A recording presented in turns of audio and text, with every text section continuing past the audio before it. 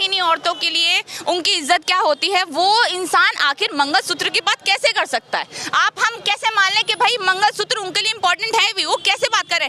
पूरे कांग्रेस के मैनिफेस्टो में पहले पेज से लास्ट पेज तक कहीं भी मंगलसूत्र, कहीं भी इस तरह की बात नहीं की गई है। मुगल्स थे तब हिंदू को बचाने की जरूरत नहीं पड़ी, अंग्रेज आए तब हिंदुओं को बचाने की जरूरत नहीं पड़ी, कांग्रेस थी तब हिंदुओं को बचाने की जरूरत नहीं पड़ी, इतनी सरकारें रही है तब हिंदू खतरे में नहीं रहा। आज जब पूरी की पूरी पार्टी हिंदुओं की, आज हिंदू खतरे में आ गए, आज मुसलमान खतरे में नहीं है। इन हिंदुओं की वजह से हिंदू ही खतरों में आ गए और हिंदुओं को ही बचाना पड़ेगा सब।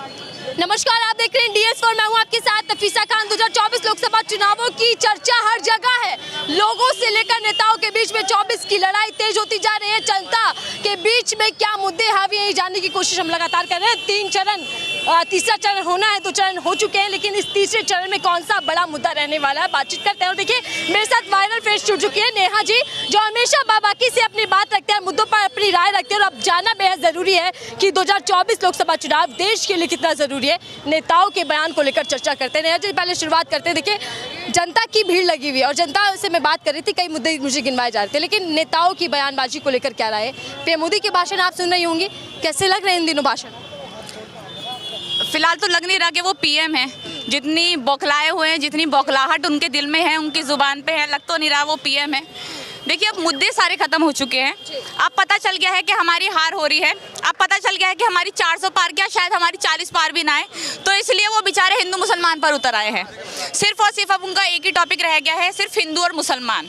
अभी जैसे कि उन्होंने बोला कि मंगलसूत्र उतरवा देंगे, आपके घर में घुस जाएंगे, इस तरह की गंदे बयान जो हमारे पीएम को बिल्कुल शोभा नहीं देते, इस तरह के बयान उन्होंने दिए, बहुत ही गंदे तरीके से दिए। और लगातार हम देख रहे हैं वो सिर्फ और सिर्फ हिंदू मुसलमान पर बात कर रहे हैं। अभी तक उन्होंने देखा कि परिवार की बात कर रहे थे, मोदी मेरा परिवार। अभी तक बहुत सारे मुद्दों पे बात हो रही थी, पर अब सिर्फ एक ही मुद्दा है, वो है हिंदू मुसलमान। भले ही बड़ बोले लोग बोल ले कि हाँ भैया राम मंदिर बन गया, जय श्री राम के नारे दे दे, बट उनको भी खुद दिल में पता है कि भाई जय श्री राम के नारे देने से हमारे घर में रोटी नहीं आने वाली है, मंदिर में जाकर हम भीख नहीं मांगने वाले हैं। हमें जो चाहिए वो है रोजगार, हमें जो चाहिए वो है शिक्षा, हमें जो चाहिए वो है हॉस्पिटल्स, हमें जो चाहिए लड़कियों की सुरक्षा, जो हमारे पास बिल्कुल नहीं है। जिस तरह से ये दलितों से नफरत करते हैं, जिस तरह से मुसलमानों से नफरत करते हैं, देखिए जिस चौक पे आप खड़ी है ना, ये पूरा हिंदू एरिया है, वो पूरा मुस्लिम एरिया है। आगे चले जाएंगे सारे दलित लोग रहते हैं। तो हिंदू मुस्लिम सिख ईसाई दलित सब मिलकर रहते हैं यहाँ पे।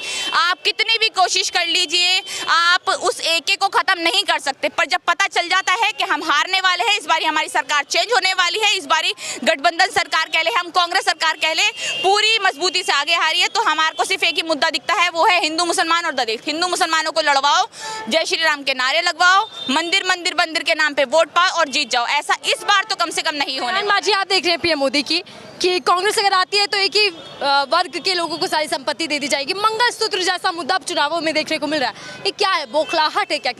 उसको पता ही नहीं औरतों के लिए उनकी इज्जत क्या होती है। वो इंसान आखिर मंगलसूत्र की बात कैसे कर सकता है? आप हम कैसे मान लें कि भाई मंगलसूत्र उनके लिए इंपॉर्टेंट है भी? वो कैसे बात करें? पूरे कांग्रेस के मैनिफेस्टो में पहले पेज से लास्ट पेज तक कहीं भी मंगलसूत्र, कहीं भी इस तरह की बात नहीं की गई है कि एक ही वर्ग को आपकी संपत्ति दी जाएगी, एक ही वर्ग को आपको सब कुछ दे दिया जाएगा। पूरे के पूरे मैनिफेस्टो में, पूरी के पूरे मैनिफेस्टो में अगर हम कांग्रेस के देखें तो शिक्षा के ऊपर बात है, बेरोजगारी के ऊपर बात है, रोजगार के ऊपर बात है। उन्होंने महिलाओं को 1-1 लाख देने की बात करी है। देखिए, मैं कोई कांग्रेस की सपोर्टर नहीं हूँ, ना मैं कांग्रेस ही हूँ, ना मैं आम आदमी पार्टी की हूँ। हाँ, बट अगर हम भारत में रहते हैं, भारतवासी हैं, मैं भारत की महिला हूँ, भारत की लड़की हूँ, तो हमारा फर्ज बनता है इसमें कि हम जो है आवाज उठाएं। जिस तरह से देखा ध्रुव राठी जो है आवाज उठा रहा है अपनी, बहुत सारे लोग हैं जो आवाज उठा रहे हैं। इस तरह से अगर आप इस भारत में रहते हैं, भारत के अगर आप नागरिक हैं, तो आपको अपना आवाज उठानी पड़ेगी। क्यों? क्योंकि ये जो गंदी सरकार है, हिंदू मुसलमान का जहर घोलकर लोगों में आपको बांटना चाहती है, आपस में उनको अलग करना चाहती है। और आपको क्या लग रहा है, अगर हिंदू मुसलमान बट गए तो उसके बाद फिर वही हो जाएगा कि भाई आप कास्टिज्म पे उतर आएंगे, फिर दलित हो जाएगा, फिर ब्राह्मण हो जाएगा, फिर राजपूत हो जाएगा। तो नेहा जी, इस चुनावों की गंभीरता आप कैसे देख रहे हैं? एक तरफ विपक्षी दल हैं जो कह रहे हैं कि चुनाव बेहद जरूरी है, लोकतंत्र बचाने का, संविधान बचाने का चुनाव है, लेकिन उधर बीजेपी खासकर पीएम मोदी कह रहे हैं कि विकसित भारत के लिए चुनाव हो रहा है। देखिए, विकसित भारत तो हमने देख लिया इन 10 सालों में भारत कितना विकसित हुआ है। औरतों की सुरक्षा हमने देख ली, इनके पास खुद ही लोग, इनके खुद के ही नेता जो है बलात्कारी नेता जो इनकी सारी पार्टियों में पड़े हैं, जितने भी देख ले ईडी वाले जितने भी वहाँ पर जाकर बिल्कुल साफ हो जाते हैं। ये लोग कितने साफ है, इन्होंने कितना विकास किया है, इन्होंने कितने हॉस्पिटल्स बनवाए, इन्होंने शिक्षा के लिए क्या क्या किया, हमें साफ साफ दिखता है। तो हम खासकर ये इन 10 सालों में बीजेपी की ये वाली बात तो बिल्कुल ना सुने कि हाँ अब विकास हो सकता है। विकास बिल्कुल खत्म हो चुका है। और अगर हम बात करें दूसरी पार्टियों की जो कोशिश कर रहे हैं कि हम लोकतंत्र पे बात करेंगे, हम विकास पे बात करेंगे, तो हाँ, इन पहले हम देखें कांग्रेस के राज में 65-70 साल जितना भी कांग्रेस ने राज किया उसमें सही मायने में हमें दिखता है कि बहुत ज़्यादा काम हुआ है और बहुत अच्छे काम हुए। दिल्ली सरकार ने देखिए कितना अच्छा काम किया है, दिल्ली में बहुत से अच्छे काम किए हैं, रोजगार पे काम हुआ है, शिक्षा पे काम हुआ है, हर चीज़ पे काम हुआ है, तो साफ साफ पता चलता है हमें। 2 चरण में ऐसा क्या हुआ कि तीसरे चरण तक जाति धर्म का मुद्दा आ गया, हिंदू मुसलमान का मुद्दा आ गया, यहाँ तक कि आरक्षण पर भी अब चर्चाएं चल रही हैं। पहली बात तो वोटिंग बहुत कम हुई, वोटिंग परसेंटेज वैसे ही कम हो गई। क्यों? क्योंकि लोगों ने चाहा कि हमें इस सरकार को चाहिए नहीं, हम वोट ही नहीं डालेंगे। अब इनको पता चल गया, तो हमारे जो एक होता है तबका जो हमें वोट डालेगा, उन लोगों ने वोट डाला नहीं है।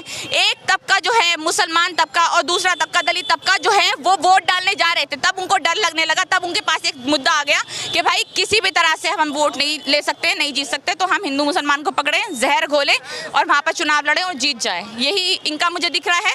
बट 2024 में मुझे लग रहा है सब कुछ चेंज होता हुआ हमें दिखेगा, बहुत बदलाव होते हुए हमें दिखेंगे।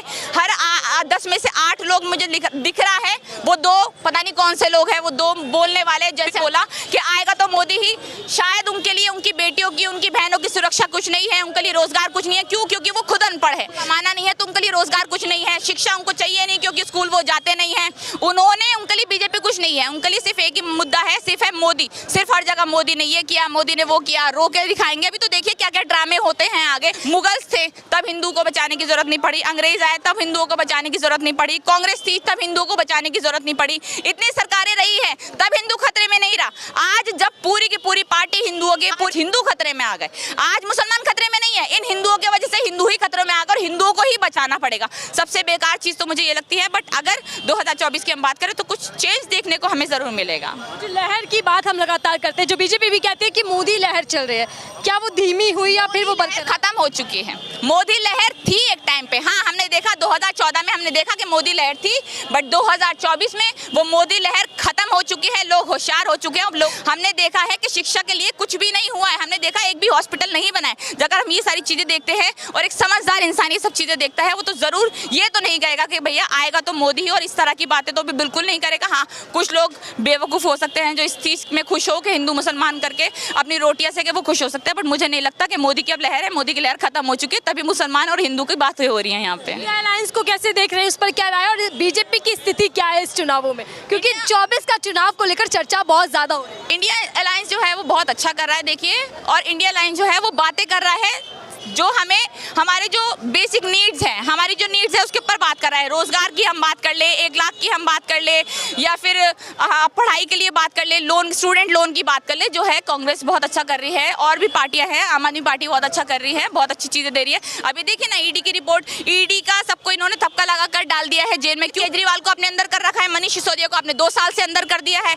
लोगों को पता है उनको जाना है मुफ्त की बसों में, उनको जाना है मोहल्ला क्लिनिक में, उनको जाना है, उनको चाहिए मुफ्त की बिजली, उनको चाहिए मुफ्त का पानी, पर बोलना है मोदी आएगा। सारी चीजें यूज करनी है दिल्ली की केजरीवाल की, पर बोलना है मोदी आएगा। तो ये बेवकूफ लोग हैं जो इस तरह की बातें कर रहे हैं। बट हाँ, 2024 में कुछ बदलाव तो हमें दिखे। बीजेपी की स्थिति क्या है? बीजेपी की स्थिति तो बहुत बुरी है। आप खुद देखिए, आप इंटरव्यू लेते होंगे लोगों की, बीजेपी की स्थिति बहुत ही ज्यादा खराब दिख रही है हमें इस साल।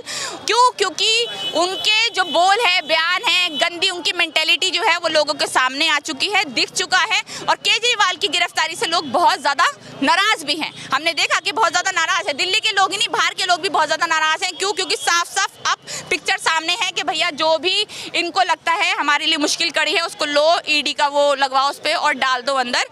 तो हमें साफ साफ दिखता है 2024 में कुछ बदलाव आएगा। आखिरी राय आपके लिए, 400 वाला जो नारा बीजेपी दे रही है लगातार, उसमें कुछ दम दिख रहा है इस बार? 400 पार? कौन सा 400 पार? मतलब ही मुझे समझ नहीं आ रहा। अखंड भारत के बाद अब पाकिस्तान अफगानिस्तान से वोट लेंगे क्या? 400 पार तो आपका वैसे भी नहीं बनता। 400 पार मतलब आप किससे सीटें लेने की बात कर रहे हैं भाई? अगर आप बात करें कितने सारे राज्यों में तो इनकी सरकार है ही नहीं।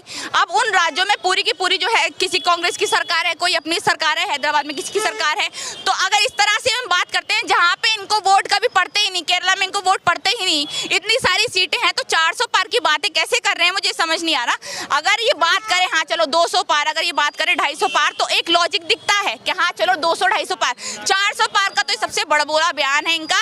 ये लोगों को उलझाना चाहते हैं, लोगों को बेवकूफ़ बनाना चाहते हैं। क्यों? क्योंकि 2014 से 2024 तक इन्होंने एक भी काम नहीं किया है लोगों के लिए, और लोगों के दिमाग में सिर्फ हिंदू हिंदू हिंदू का जहर घोलकर लोगों को आपस में लड़वाया है।